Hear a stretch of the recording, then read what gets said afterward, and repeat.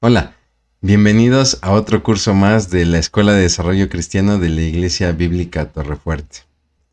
En esta ocasión estamos arrancando la segunda parte de uno de nuestros cursos, que es el Evangelio de Lucas. La Escuela de Desarrollo Cristiano ofrece para ustedes estudios sobre libros de la Biblia en cursos de 12 sesiones. Pero por la literatura sobre la cual nos hemos basado para este Evangelio, el Evangelio de Lucas, pues está propuesta en 24 sesiones. Por eso es que nos vimos en la necesidad de separarlo en dos partes. Tenemos el Evangelio de Lucas en su primera parte con 12 sesiones y ahora estamos arrancando la segunda parte del Evangelio de Lucas también con sus 12 sesiones. Agradecemos mucho, en verdad, como Iglesia Bíblica Torrefuerte, el que usted se anime y tenga la confianza para estudiar este curso. Y si bien le parece, haré una oración para poner este curso en manos de Dios y que pues las expectativas que podamos tener de este curso no solamente sean cumplidas, sino que inclusive en Dios sean rebasadas para bendición. Acompáñeme a orar. Bendito Dios Padre, cuántas gracias te damos por el privilegio siempre, como siempre, mi Dios, de poder abrir tu palabra, meditar en ella, escudriñarla. Te doy muchas gracias, mi Dios, porque aquí están todos los recursos disponibles. Está la computadora, está el internet, están las presentaciones, las imágenes, los textos. Pero, mi Dios, lo más importante es que estás tú, es que está tu palabra y está tu Espíritu Santo. Gracias porque podemos aprender de ti a través de tu palabra y con la ayuda de tu Espíritu Santo podemos tener el entendimiento, la iluminación. Padre, no son mis palabras, no es lo que yo digo, es tu bendita palabra, mi Dios. Yo te pido ser un instrumento, Padre, de bendición, con el cual, Padre, mis hermanos no solamente alcancen las expectativas que ellos buscan, sino que en ti sean rebasadas, Padre. Señor, y para eso te pido también de tu ayuda. Porque sé que, Padre, yo también seré bendecido y también aprenderé mucho a través de tu palabra. En verdad te damos gracias por todo esto en Cristo Jesús. Muy bien, pues como le decía, estamos arrancando este curso en la primera sesión de una literatura que tenemos como apoyo. Si usted estudió con nosotros la primera parte o si quiere revisar la primera parte, la cual pues contamos con ella en nuestro sitio de la Escuela de Desarrollo Cristiano en Internet, bueno, pues el Evangelio de Lucas en su primer parte estuvo basada en un estudio de Ediciones Las Américas llamado Verdadero Hombre, Verdadero Dios. En este caso también seguimos con el tomo 2. Usted puede ver, le puse la imagen aquí del libro, ¿no? Donde, bueno, pues aparece aquí Verdadero Hombre, Verdadero Dios, que es un comentario al Evangelio de Lucas en el segundo tomo, ¿no? Que bueno, pues propiamente lo tengo también acá. Aquí tengo este maravilloso libro, ¿no? De Alberto T. Platt, este autor que estudió su doctorado en el Seminario Teológico de Dallas, donde ha ministrado para el Seminario Teológico Centroamericano, ¿no? En el CETECA, y donde Alberto T. Platt pues ha desarrolló un ministerio maravilloso, sobre todo en América Central. Y es así que a través de Ediciones Las Américas pues nos regala este comentario, como todos los de Ediciones Las Américas, ¿no? Comentarios, pues, libros delgaditos, pero muy sustanciosos y muy completos. Alberto T. Platt ahora nos presenta estos 12 capítulos donde iniciamos con el viaje a Jerusalén. Si hacemos un poquito de memoria, de todos modos ahorita haremos un repaso. Hablamos un poco acerca del libro, del destinatario, el prefacio, etcétera, el nacimiento de Jesús, y comenzamos los viajes misioneros hacia la región de Galilea, después a la de Judea, y bueno, pues ahora entramos a una de las etapas más importantes del ministerio de Jesús, que es el camino a Jerusalén, que se verá culminado con dos grandes eventos: la muerte en la cruz y la resurrección del sepulcro, donde prácticamente el Señor Jesucristo sella el ministerio para el cual el Padre le envió. Entonces, bueno, pues vamos a iniciar esta primera sesión, como le decía, haciendo un repaso, ¿no? Hagamos un repaso de un poquito lo que vimos en la primera parte. Si usted no nos acompañó en el curso en la primera parte, le repito la invitación para que la pueda ver en nuestro sitio de la Escuela de Desarrollo Cristiano en YouTube. Ahí están los videos. O también en la página de la Escuela de Desarrollo Cristiano que tenemos a través de la plataforma de Google Sites. Ahí usted también podrá encontrar el curso completo de Lucas en la primera parte. ¿Qué vimos en la primera parte? Bueno, pues hablamos acerca de lo que sería el prefacio, ¿no? Y como en todo estudio de Alberto T. Platt, esta costumbre de siempre iniciar cada estudio con un versículo que se vuelve icónico, ¿no? Un versículo del propio Evangelio que se vuelve icónico para el tema que se va a estudiar. Y entonces Alberto T. Platt nos comparte Lucas 13:22, donde dice: pasaba Jesús por ciudades y aldeas enseñando y encaminándose a Jerusalén. Porque recuerde que estamos viendo el tema de hoy, que es el viaje a Jerusalén, ¿no? Entonces, bueno, Lucas, recuerde que el propósito del Evangelio de Lucas es confirmar en la fe a su amigo Teófilo, al cual le escribe tanto el Evangelio como el libro de Hechos, ¿no? Que muchos dicen que en realidad era un solo escrito y que ya después la iglesia lo dividió en dos, ¿no? Aunque algunos piensan que no, que Lucas sí lo planeó como dos obras distintas al mismo destinatario en dos tiempos distintos. Sin embargo, bueno, pues en el Evangelio Lucas va a presentar a Jesucristo como el Hijo del Hombre. Siempre se va a referir a Jesús como el Hijo del Hombre. ¿Por qué? Porque lo que Lucas busca es demostrar al Hijo de Dios como el perfecto hombre. ¿Por qué? Porque Lucas le está escribiendo al mundo gentil, al mundo que no es judío, le está escribiendo al griego, al romano, y obviamente le está escribiendo a culturas que están muy, digámoslo así, enroladas, ¿no? En esta cultura de los dioses semihumanos, ¿no?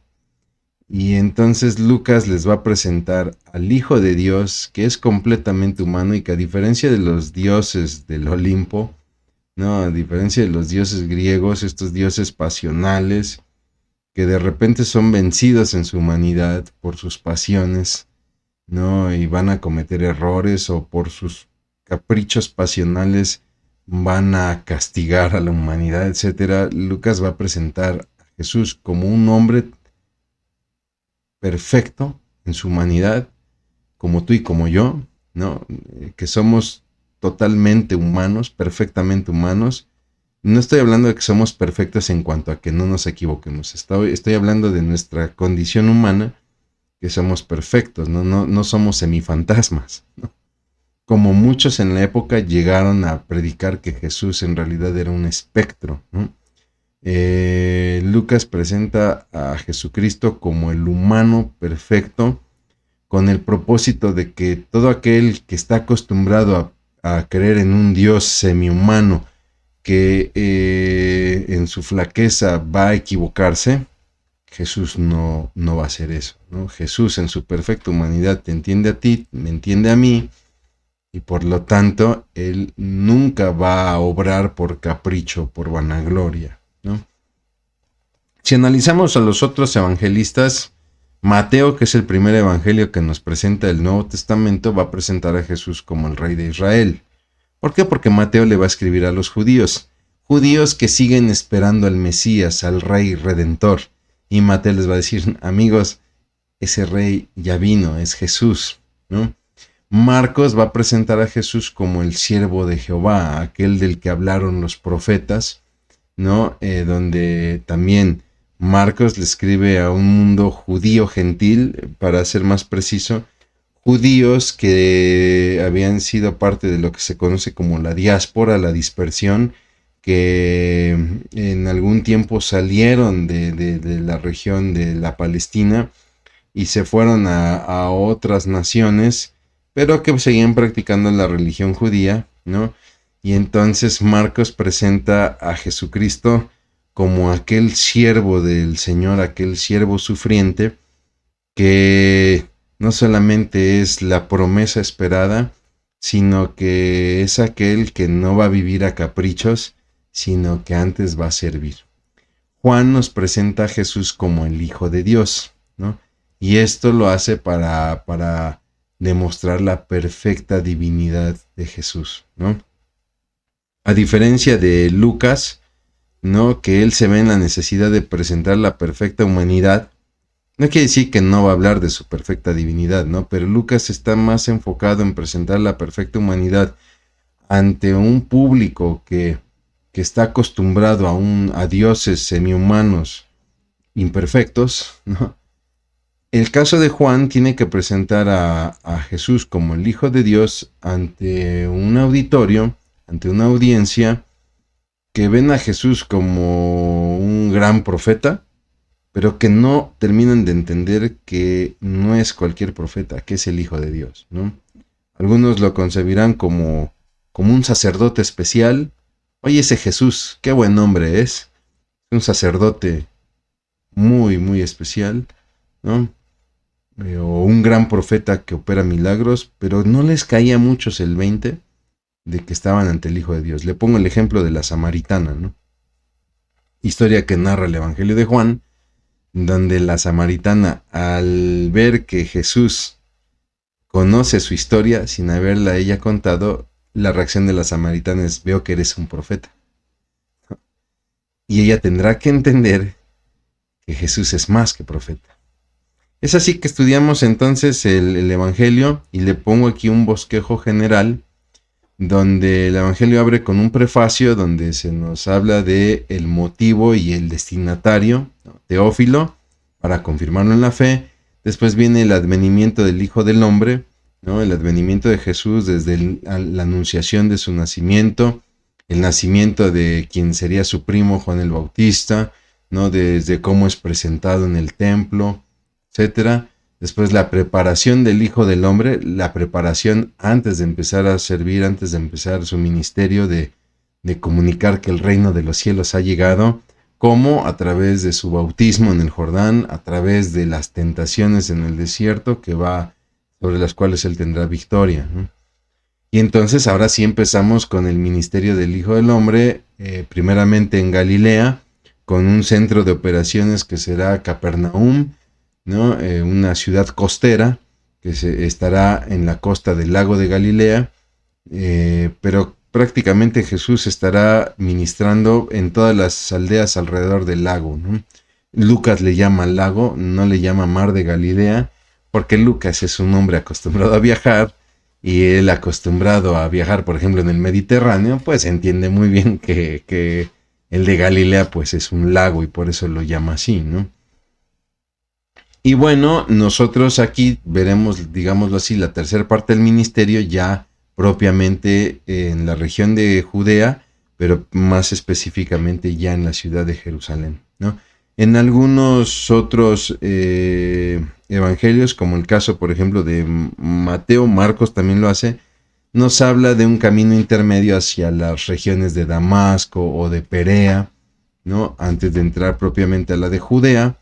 Y de ahí ya viene el camino a Jerusalén, sobre todo esa última semana que inicia con la entrada triunfal en Jerusalén, con la purificación del templo, con la confrontación ante las autoridades, que terminará en la cena de la Pascua, la aprehensión, no sé si es correcta la palabra, cuando prenden a Jesús, lo arrestan, mejor voy a usar esa palabra, el arresto de Jesús, ¿no? Y obviamente pues todo lo que se conoce como la pasión, ¿no? Que es los castigos, la muerte, y después la resurrección y la ascensión del Hijo del Hombre, de Jesús, que está narrada en el Evangelio de Lucas. Lucas es el único que narra la ascensión de Jesús. Todos narran la resurrección de Jesús, pero solamente Lucas narra la ascensión de Jesús. ¿Por qué? porque de ahí va a partir para su segunda obra, que es el libro de los Hechos. Muy bien. ¿Qué temas estudiamos en el curso pasado? Pues todas aquellas señales, todos aquellos prodigios y también todas aquellas enseñanzas que Jesús hizo, las cuales le autenticaban como el Hijo de Dios, ¿no?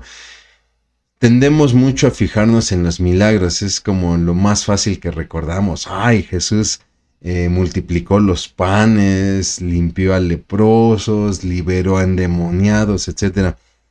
Pero si usted analiza el contenido de los evangelios, sobre todo de los sinópticos, pero también lo hace el Evangelio de Juan, los evangelistas se van a centrar más en las enseñanzas, porque la prioridad de Jesús no era el hacer milagros, no era el sanar. No es que a Jesús no le importara a la gente y no le importara sanar a la gente, pero la prioridad de Jesús era enseñar acerca del reino de los cielos. Y nadie enseñaba como Jesús. Una prueba de la autenticidad de que Jesús es el Hijo de Dios. Existían dos escuelas, las dos escuelas judías, ¿no? Una de corte más tradicional, la otra de corte un poco más liberal, donde todo aquel que enseñaba basado en estas escuelas siempre lo hacía ajustándose, adaptándose o sometiéndose a la escuela A o a la escuela B. Discúlpeme, no recuerdo el nombre de las escuelas, de las escuelas judías, que representan a dos de los más grandes maestros que se tuvo en la época de lo que conocemos como los 400 años de silencio. Entonces, normalmente alguien que ministraba en la sinagoga leía un pasaje, exponía sus ideas y en base a eso terminaba decantándose por la escuela A o la escuela B. Con Jesucristo no va a pasar eso. Con Jesucristo va a romper toda esa tendencia hacia la escuela A o hacia la escuela B y digamos que él hablará como si fuera su propia escuela. ¿Habéis escuchado que la ley dice? ¿Habéis escuchado que los maestros de la ley les han enseñado esto? Pues yo os digo que. Y es eso lo que impacta en las personas que lo escuchan y dicen, este hombre habla con autoridad porque no se está sujetando a ninguna de las escuelas en las cuales hemos sido formados. Y solamente el Hijo de Dios puede hacer eso. También nos presenta su amor y compasión por la gente necesitada. Vemos que de repente se compadece por la multitud que no ha comido, se compadece por personas que están padeciendo una enfermedad, etc. Y entonces Él muestra la sanidad, la alimentación, etc. También nos demuestra su poder sobre Satanás al liberar a endemoniados, al vencer la tentación en el desierto, ¿no? Y también al vencer el poder de las fuerzas de la naturaleza, cuando calma tormentas, cuando calma el mar, calma el viento, ¿no? Cosas que van autenticando su divinidad, ¿no? También hablamos de todas aquellas personas que estaban asociadas a su ministerio, ¿no? Tanto personas como, por ejemplo, que estaban con él, como, por ejemplo, sus discípulos, personas que podríamos llamar terceros, ¿no? Como familiares o parientes de los discípulos, ¿no? Como los padres de Juan y de Jacobo, o de Pedro y Andrés, como la suegra de Pedro, etcétera, ¿no? Mujeres que ayudaban también en el ministerio, pero también personas que estaban asociadas a su ministerio de manera negativa, como el caso de los fariseos, como el caso de los escribas, personas que le confrontaban y que le atacaban. También hablamos acerca del rechazo que constantemente el Señor Jesucristo va a sufrir. Nosotros cuando hablamos del rechazo en contra de Jesús, inmediatamente pensamos en los escribas, en los fariseos, pero recuerde que hasta su propia familia le va a rechazar, que su propio pueblo, Nazaret, le va a rechazar. ¿No es este el hijo del carpintero? ¿De dónde saca todas estas cosas? No conocemos a María, su madre, y a sus hermanos. Vemos este rechazo de multitudes, donde, como él mismo establece, pues le siguen porque les daba de comer, ¿no? Sin embargo, Dios el Padre tomará este rechazo como un instrumento para cumplir la Escritura, donde es necesario que el siervo sufriente padezca, ¿no? Y bueno, así a grosso modo, este es un repaso rápido de lo que estudiamos en la primera parte del Evangelio de Lucas. Entremos en materia entonces a partir del capítulo 2. El curso del Evangelio de Lucas, parte 1, fue prácticamente el capítulo 1 al 11. Entonces hoy arrancamos con el capítulo 12 de los 24 que contiene este Evangelio, donde Jesús acababa de confrontar a los fariseos y a los escribas, y entonces arranca el capítulo 12 diciendo que una multitud se aglutinó, ¿no? Y entiéndase esto, ¿no? No quiere decir que era una multitud que le buscaba de corazón. Muchos de ellos, pues, se aglutinaron por la curiosidad de ver cómo confrontaba a los fariseos, y muchos de ellos creían más en los fariseos que en Jesús. Es ahí que entonces Jesús se dirige a los discípulos y empieza a ministrarles: oigan, guárdense de la levadura de los fariseos. ¿Qué quiere decir esto, no? Algunos pensaban que se refería a algún pan o algo así, ¿no? Y no, Jesús se refería a la hipocresía. La levadura de los fariseos es esta hipocresía donde yo vivo una falsa vida piadosa, ¿no? Bajo un disfraz de gran espiritualidad. Y Jesús los va a confrontar, ¿no? De hecho, los va a llamar sepulcros blanqueados. Los fariseos, bueno, en sí los judíos, al tocar a un muerto o algún lugar donde esté un muerto, como el caso de la tumba, inmediatamente quedaban impuros, quedaban contaminados. Entonces lo que hacían muchas veces es que las tumbas las marcaban con cal. Y Jesús toma esta situación para decirles: ustedes son como sepulcros de cal, estos sepulcros blanqueados, donde se ven muy limpios por fuera, pero por dentro están llenos de podredumbre. Esa es la hipocresía, ¿no? Esa es la hipocresía del fariseo, esa es la levadura del fariseo, ¿no? Donde les llaman nido de víboras, ¿no? En realidad la confrontación es fuerte, ¿no? Y donde Jesús ahora está ministrando a sus discípulos y les dice: no sean como ellos en cuanto a la hipocresía, ¿no? Jesús nunca busca una insurrección en contra de los fariseos. De hecho, les dice: ustedes tienen que obedecer a los fariseos, pero no sean como ellos, ¿no? ¿Por qué? Porque no está bien que caminen en hipocresía, porque sépanse algo, que todo lo que hagan en secreto, tarde o temprano será dado a conocer en público. Y es ahí que entonces Jesús hace un llamado a los hombres a temer a Dios, ¿no? Dice: no teman a aquel que pueda quitarles la vida, ¿no? Sino teman a aquel que puede matar su alma en el infierno. Y aquí es un poquito confusa la enseñanza de repente, porque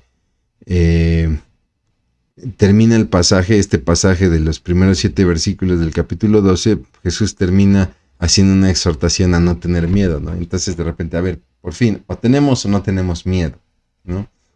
Bueno, Jesús está llamando a temer a Dios y no temer al hombre, porque muchas de estas multitudes se juntaban y se movían por temor a los fariseos. De hecho, la palabra establece que muchos fariseos creían en Jesús, pero no le seguían por temor a ser rechazados por los otros fariseos y ser echados de la sinagoga, ¿no? Entonces Jesús lo que está estableciendo es: a ver, no temas al hombre, teme a Dios, teme a aquel que en sus manos está el juzgar tu vida eterna. ¿Ok? Entonces se trata de temer la justicia de Dios, no la persona de Dios. Jesús establece lo que valen los hijos para el Padre Celestial, y lo ilustra diciendo: oigan, no aquí en la plaza, en el templo, se llegan a vender 5 pajarillos por 2 moneditas de cobre, se llamaban cuartos, ¿no? Que eran las moneditas más...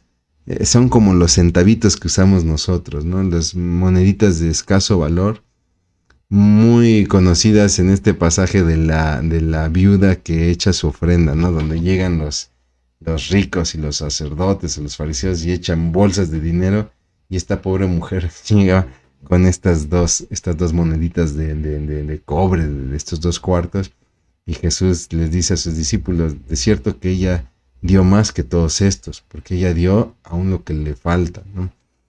Entonces, para entender un poquito el contexto del valor de estas moneditas, ¿no? Como si de repente ahorita yo me bolseara y sacara 2 monedas de 50 centavos, que vamos, ni para un chicle, ¿no? Y Jesús dice, ¿no pueden comprar por estas 2 simples monedas de cobre 5 pajarillos para presentar un sacrificio en el templo? Y sin embargo Dios no se olvida de esos pajarillos, tiene cuidado de ellos. ¿No vale cada uno de ustedes más que una bandada de gorriones? Es ahí donde Jesús dice, no tengan miedo, teman la justicia de Dios, pero no teman a Dios, porque para Dios ustedes son muy valiosos. Y es una manera de Jesús de enseñar que Dios tiene el control de las cosas. Las cosas no están en el control de los fariseos. De hecho, los fariseos Jesús los confronta como personas que ni entran en el reino ni dejan entrar. Pero Jesús viene a predicar el reino de los cielos y predica un reino de los cielos en el cual el Padre tiene el control. Es así entonces que viene una advertencia muy importante, ¿no? ¿Por qué? Porque ante este miedo que las personas tienen con los sacerdotes, con los fariseos, con los escribas, Jesús les habla de no tener miedo y les dice, de hecho muchos de ustedes van a compadecer ante las autoridades en las sinagogas, ¿no? Y todo aquel que me confiese, yo le confesaré delante de los ángeles de mi Padre. Pero hay que ver que es como una moneda de 2 caras, ¿no? Aquel que me confiesa en estos lugares, donde muchas veces serán cuestionados y enjuiciados, si me confiesan, yo les confesaré delante de los ángeles de mi Padre. Pero por otro lado, si me rechazan, si me niegan, yo les negaré delante de los ángeles de Dios. Y esto, mi hermano, mi hermana, tenemos que entender que como hijos de Dios, como cristianos, tú y yo tenemos la obligación de confesar nuestra fe en Cristo Jesús ante cualquier líder religioso, ante cualquier autoridad civil, ante la muchedumbre. Trabajo en educación y de repente algo que dicen en la educación es, ten cuidado de hablar de Dios porque la educación es laica, ¿no? Entonces ten mucho cuidado de hablar de Dios porque hasta te pueden correr. Y si bien es cierto, muchas de mis clases, yo me dedico a la música, en mi caso yo me dedico a la música y en muchas de mis clases el tema no es Dios, ¿no? Y tampoco procuro el hablar de la iglesia y del cristianismo, ¿no? Sino hablo para lo que se me contrató, que es enseñar música. Si de repente uno de mis alumnos, cualquiera de mis alumnos me hace una pregunta acerca de Dios, yo no voy a decir, híjole, ¿sabes qué? No te lo puedo responder porque mi trabajo está en juego, ¿no? Si una persona me pregunta acerca de Dios, acerca de mi fe, yo debo contestar, debo de confesar esa fe. Aunque aquí el sentido del pasaje está hablando de aquellos que serán llevados a juicio en las sinagogas y donde Jesús les dice, no teman por lo que han de hablar, ¿no? De hecho, hablar en contra de Jesús todavía puede tener cierto perdón, ¿no? Todo aquel que me niegue será negado delante de los ángeles de Dios. Pero aún así, hablar en contra de Jesús tiene la esperanza de hallar perdón si la persona se arrepiente. Si yo he blasfemado en contra de Jesús, pero me arrepiento en mi corazón, yo puedo obtener el perdón. ¿Ok? Pero es difícil cuando yo me empecino en negar su divinidad. Y le quiero poner el ejemplo de Judas el Iscariote. Un hombre que va a caminar con Jesús, que estará en muchos de los momentos en los que Jesús ministró, en momentos en los que Jesús demostró su divinidad, como lo mencionamos hace rato, ¿no? En la compasión y el amor por otros, en el control del poder sobre huestes celestiales y fuerzas de la naturaleza, ¿no? En todas estas situaciones, Judas fue testigo y sin embargo él nunca aceptó a Jesús como el Hijo de Dios. Y entonces en el pasaje Jesús advierte de la gravedad de blasfemar en contra del Espíritu Santo. Lucas en este pasaje lo maneja así. Mateo nos da un poquito de mayor referencia porque esta idea Jesús la comparte debido a que él libera a un endemoniado y entonces los fariseos dicen que por causa de Belcebú, por el poder de Belcebú es que Jesús puede obrar estos milagros. Y es entonces cuando Jesús habla acerca de la blasfemia contra el Espíritu Santo, que es un pecado que no tiene perdón. ¿Por qué? Porque si lo vemos de esta manera, Jesús es el autor de salvación. Yo quizá hoy puedo renegar de Jesús y blasfemar en contra de Jesús. Pero si el día de mañana yo tengo un arrepentimiento y quiero ser salvo, puedo ser perdonado inclusive de ese pecado.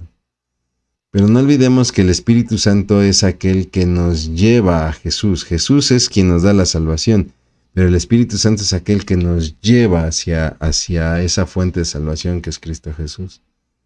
Si yo blasfemo en contra del Espíritu Santo, nunca tendré la capacidad de llegar a Jesús. Por eso es que no encuentro un perdón. Por eso es que no podré hallar un perdón. Es como pretender llegar a una isla en medio de un gran mar llamado pecado y muerte. Pretendo llegar a una isla llamada Jesús y el único barco, la única balsa que me puede llevar a Jesús es el Espíritu Santo. Mi hermano, entonces la salvación está en el Espíritu Santo. No, la salvación es Jesús. Y la salvación está en creer en Jesús. Llegar a esa isla que es Jesús y creer en Él. Pero para que yo crea necesito una convicción que no genero yo. Porque si yo la generara, entonces la gloria sería mía. Soy salvo porque yo creí. No, yo soy convencido por el Espíritu Santo que me toma y me lleva a Jesús. Y me lleva a creerle. Pero si yo blasfemo contra el Espíritu Santo es como llegar y quemar la barca y entonces ahora ¿con qué me voy a la isla? No, discúlpeme usted por la ilustración. Es así que los fariseos pues prácticamente están rechazando la invitación del Espíritu Santo a creer en Jesús.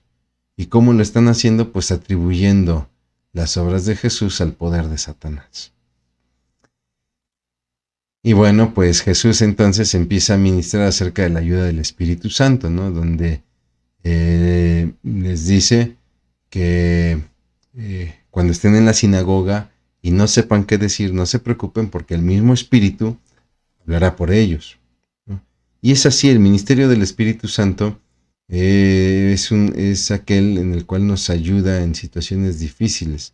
Sobre todo cuando somos sometidos a juicio. Hay quien toma de repente este pasaje y lo extrapola a situaciones muy fuera de contexto, ¿no? Le pongo el ejemplo. Híjole, no estudié bien para mi examen y me voy a presentar al examen, pero como la Biblia dice que si me preguntan algo y no sé qué responder, el Espíritu Santo me traerá la respuesta, entonces voy a orar y que el Espíritu Santo me traiga las respuestas de mi examen. No descontextualicemos la palabra. El Espíritu Santo traerá las respuestas ante el argumento que no sepa yo dar si están cuestionando, mi fe en un juicio. Y el Espíritu Santo nos trae la iluminación correcta para defender nuestra fe, hacer un ejercicio, lo que llamamos un ejercicio de apologética.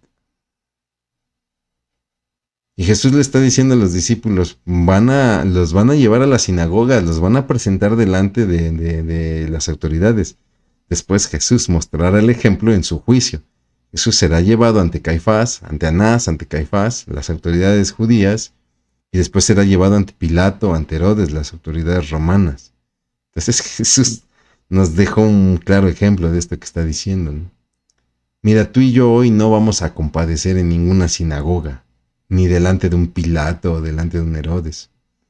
Pero muchas veces tú y yo vamos a compadecer, nos exigirán declarar nuestra fe.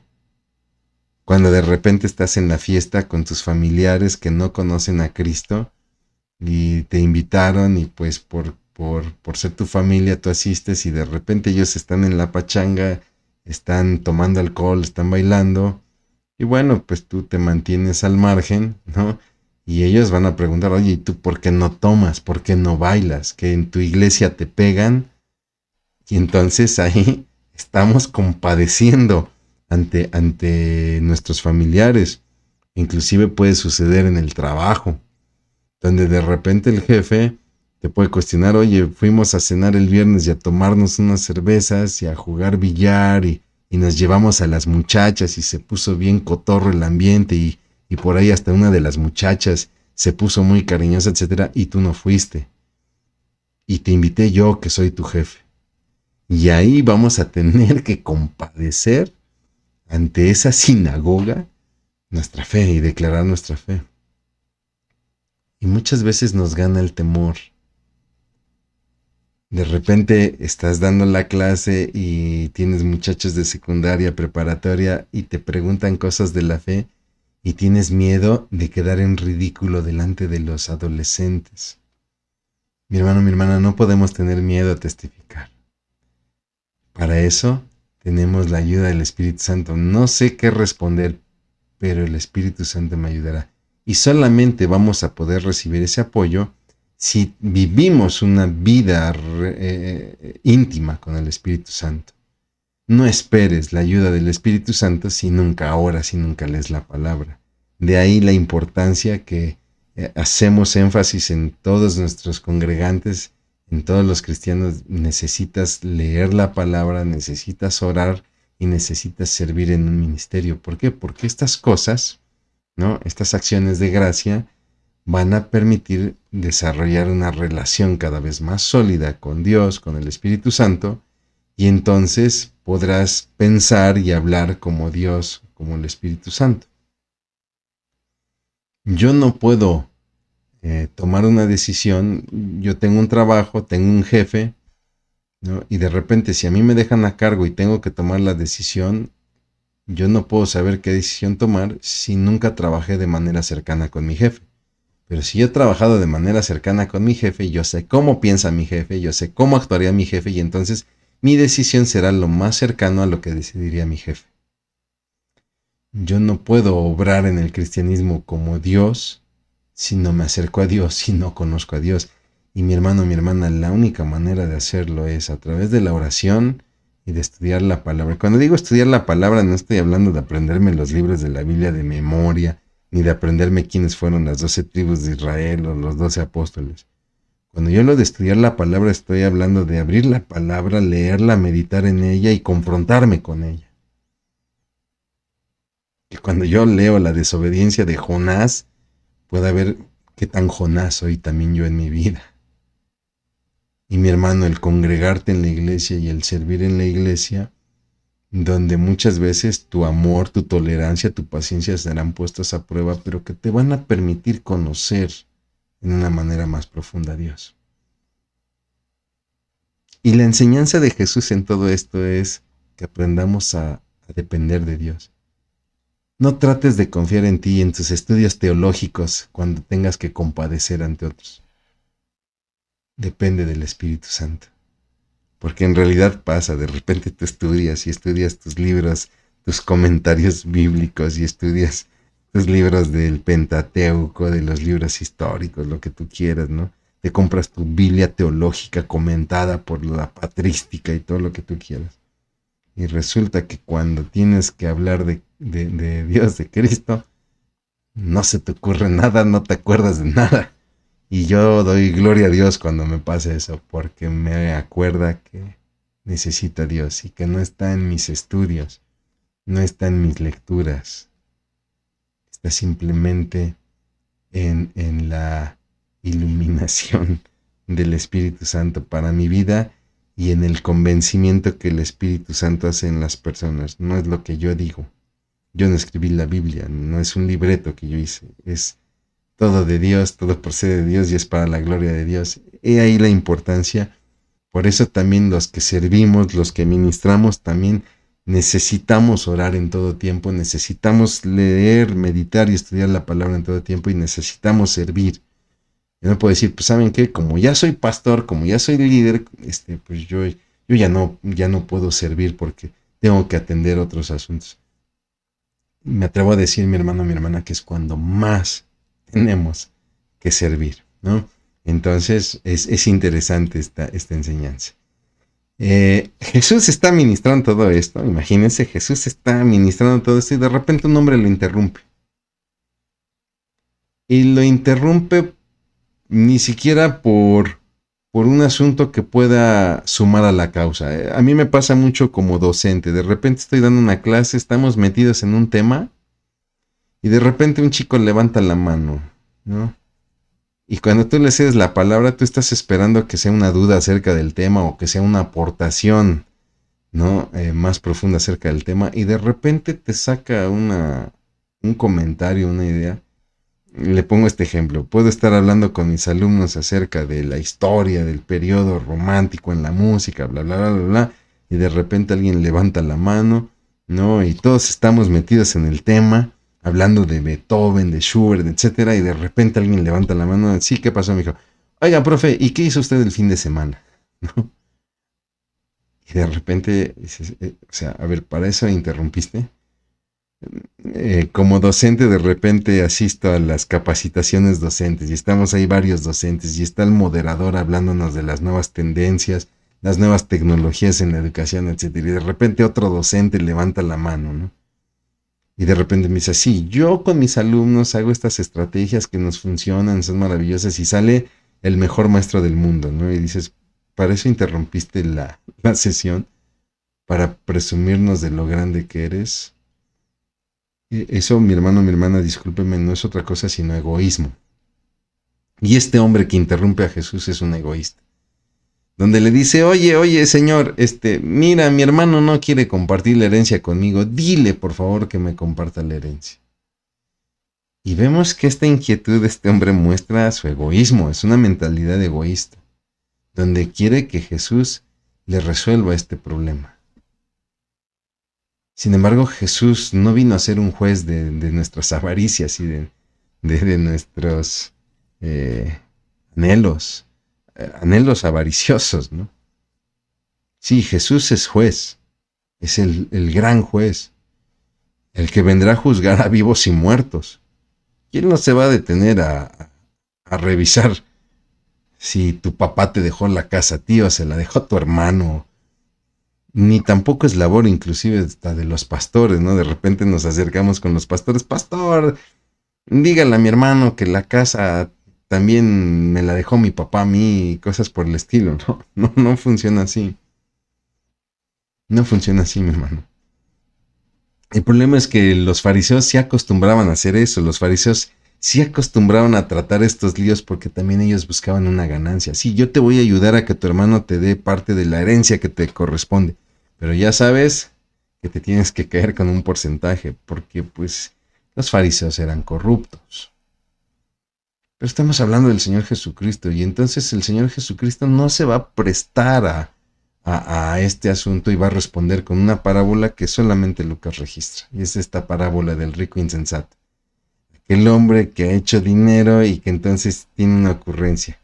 Ya sé, me voy a construir, voy a derribar los graneros que tengo, los voy a hacer más grandes y voy a guardar todo lo que he juntado y solamente me dedicaré a comer y a beber. Entonces, si nosotros revisamos la filosofía de este rico, entendemos por qué es insensato, ¿no? Entendemos por qué es un rico que no tiene sentido común. Eso es lo que significa insensato. Hay otra palabra, pero no la digo porque nuestra cultura tiene una connotación muy grosera, ¿no? Pero el propósito de la vida de este hombre es reposar, comer, beber y regocijarse. Y ese no puede ser el propósito de la vida. Yo le invito a leer un libro muy interesante, lo estudiamos el año pasado en la iglesia, bueno, lo estudiamos a inicios del 2023 y fue Una vida con propósito de Rick Warren, uno de los libros más populares, el segundo libro cristiano más vendido después de la Biblia. Y ahí uno puede entender cuál es el propósito de la vida desde la perspectiva de Dios. Y créame que no es juntar en graneros para reposar, comer y beber y gozar. Y el problema de la filosofía de este rico es que él piensa que su providencia viene del mismo, porque él habla de mis graneros, mis frutos, mis bienes, que se regocije mi alma porque todo procede de mí, yo lo he logrado todo. Y sin embargo es confrontado, necio, por no decir otra palabra, necio. Esta noche vienen a pedir tu alma, o sea, vas a enfrentar lo que todos vamos a enfrentar, lo que tú y yo vamos a enfrentar. Tarde o temprano vamos a morir. Y no sabes que todo esto que has juntado en realidad ha sido para otro. Y vemos a un hombre que pues está confiado en las posesiones y que su tesoro está en lo terrenal. De ahí que Jesús nos llama a poner nuestra vista en las cosas de arriba, no en las cosas terrenales. Y ojo, la enseñanza de esta parábola no significa que esté mal ser rico. La enseñanza no es no ser rico o no tener posesiones. No, mi hermano. Si Dios te ha permitido tener riqueza, tener posesiones, gloria a Dios, no está mal, no estás viviendo en pecado. La enseñanza es que no ames esas posesiones más que a Dios y te vuelvas avaricioso. El dinero no es malo, el problema es el amor al dinero, dice Pablo. Y entonces Jesús hace una invitación a ser rico en el Señor. ¿Qué significa esto? Ser rico en la fe. Que yo entienda el propósito de mi vida, y el propósito de mi vida no es hacer dinero. Mira, si lo haces, qué bueno, pero ese no es el propósito. El propósito es vivir una vida que glorifica a Dios. Y glorificar a Dios no es que traigas tu dinero. Mira, Dios te dio dinero, tráetelo a la iglesia. No, eso no es. Eso no es el evangelio, eso no es el cristianismo. Si Dios te ha permitido prosperar, gloria a Dios. Pero tienes que buscar de qué manera puedes glorificar a Dios con esos bienes, con todo eso que tienes. Y entender que todo lo que tienes no vino de tu mano, que Dios te lo ha dado. Y si vamos más lejos, es una mayordomía. En realidad le pertenece a Dios y tú tienes que descubrir cómo administrarlo. Y aquí no te vamos a torcer el brazo y la mejor manera es entregarlo a la iglesia y darle al pastor. No, eso también es falso. Dios te ha bendecido, te ha dado grande provisión. Ahora hay que preguntarle a Dios qué tienes que hacer con esa provisión de la cual ahora eres mayordomo y ser rico en la fe. Y bueno, pues el Señor termina hablando acerca de algunas instrucciones de los quehaceres de la vida, ¿no? Donde una vez que es interrumpido por esto, prácticamente lo que el Señor Jesucristo está haciendo es que le está diciendo a esta persona que Él es como ese rico insensato, que Él es tan insensato como ese rico. Y entonces redirige esta interrupción nuevamente a los discípulos para enseñarles, a ver, la felicidad no está en las posesiones, ni tenemos por qué afanarnos en ellas, porque en ellas no está la felicidad. Y lo explica con dos ilustraciones. Miren a las aves, en otras versiones dice a los cuervos, que ellos no amontonan en graneros como el rico del cual les acabo de platicar. Y sin embargo Dios los alimenta. Miren a los lirios del campo, que ellos no trabajan y sin embargo Dios los viste en toda su gloria, que vamos, ni Salomón se vistió, este gran rey, ni siquiera él se vistió como Dios viste a los lirios. Y entonces ni las aves ni los lirios trabajan y aún así Dios les provee. Oigan, ¿no creen que ustedes son más valiosos para Dios? Y Jesús dice, los paganos, aquellos que no reconocen a Dios en su corazón, sí están acostumbrados a afanarse por las posesiones porque esa es su única esperanza, pero en ustedes no puede ser así. Por lo tanto, busquen primeramente el reino de Dios. Es decir, ¿qué es buscar el reino de Dios? Es confiar en Dios y obedecer su voluntad. Es confiar en que todo lo que tengo ha venido de Dios y que obedecer su voluntad es buscar cuál es el propósito de Dios en todo esto. Hay que atesorar en el cielo y la mejor manera de atesorar en el cielo es desprenderme de muchas de esas posesiones para bendecir a otros. Entiéndase, atesorar en el cielo es desprenderse de posesiones, no para traerlas a la iglesia, ¿no? Como mucha gente suele manipular a sus congregaciones, no. Es desprenderse para darle a los que necesitan. Si Dios pone en tu corazón llevarlo a la iglesia para que la iglesia lo distribuye, adelante. Pero si Dios lo pone en tu corazón para llevarlo a alguien en particular, adelante. el punto medular aquí es que no termines afanándote y que te duela desprenderte de las cosas. Jesús no está hablando aquí de una prosperidad como el mundo la entiende y que lamentablemente ha surgido un evangelio herético que le llaman el evangelio de la prosperidad. No, aquí Jesús está hablando de la dependencia total al Padre y de no amar las posesiones. Y bueno, mi hermano, mi hermana, para terminar nuestra sesión de hoy, dejarle con estas preguntas para reflexionar. ¿Usted confía en el control total de Dios en todas las áreas de su vida? ¿Piensa usted en todas las áreas de su vida? Cuando de repente alguien me pregunta, ¿tú confías en el control total de Dios? Yo inmediatamente me veo en la iglesia. Y sí, yo confío en el control de Dios. Sí, en la iglesia es muy fácil, ahí alabando al Señor, levantando las manos. Pero cuando se enferman tus hijos, cuando por alguna situación se atrasó el pago de la quincena, el refri está vacío, ¿confiamos en el control total de Dios? ¿Usted confiesa a Cristo con denuedo delante de toda persona? ¿Usted puede confesar su fe sin ninguna pena, sin ningún temor? ¿Qué lugar ocupan sus posesiones en su corazón frente a las enseñanzas de Jesús? Porque vemos a un hombre que Jesús está ministrando y él interrumpe porque él está más preocupado por la herencia que le va a tocar. Considere usted lo que Dios le ha permitido tener. ¿Qué lugar ocupa eso frente a lo que Dios nos muestra cada día en su palabra? Mi hermano, mi hermana, como siempre, yo le agradezco mucho el que nos haya acompañado en esta primer sesión de lo que es el curso del Evangelio de Lucas en su segunda parte. Haré una breve oración y con esto concluiremos esta clase. Vamos a orar. Bendito Dios, mi Señor, cuántas gracias te damos por el privilegio de contar con tu palabra. Mi Dios, te pedimos encarecidamente que seas tú, Señor, en nuestro corazón, trayéndonos el interés correcto, Padre. Que en medio de todo lo que poseemos, de todo lo que hayamos podido lograr, entendemos que todo viene de tu mano, mi Dios, y que por encima de todo eso están tus propósitos. Ayúdanos a caminar en tus propósitos, mi Dios. Gracias, Padre, porque a través de tu palabra, Señor, podemos entender esos propósitos para nuestra vida. Te damos gracias en Cristo Jesús. Amén. Mi hermano, mi hermana, le agradezco mucho. Que Dios le bendiga.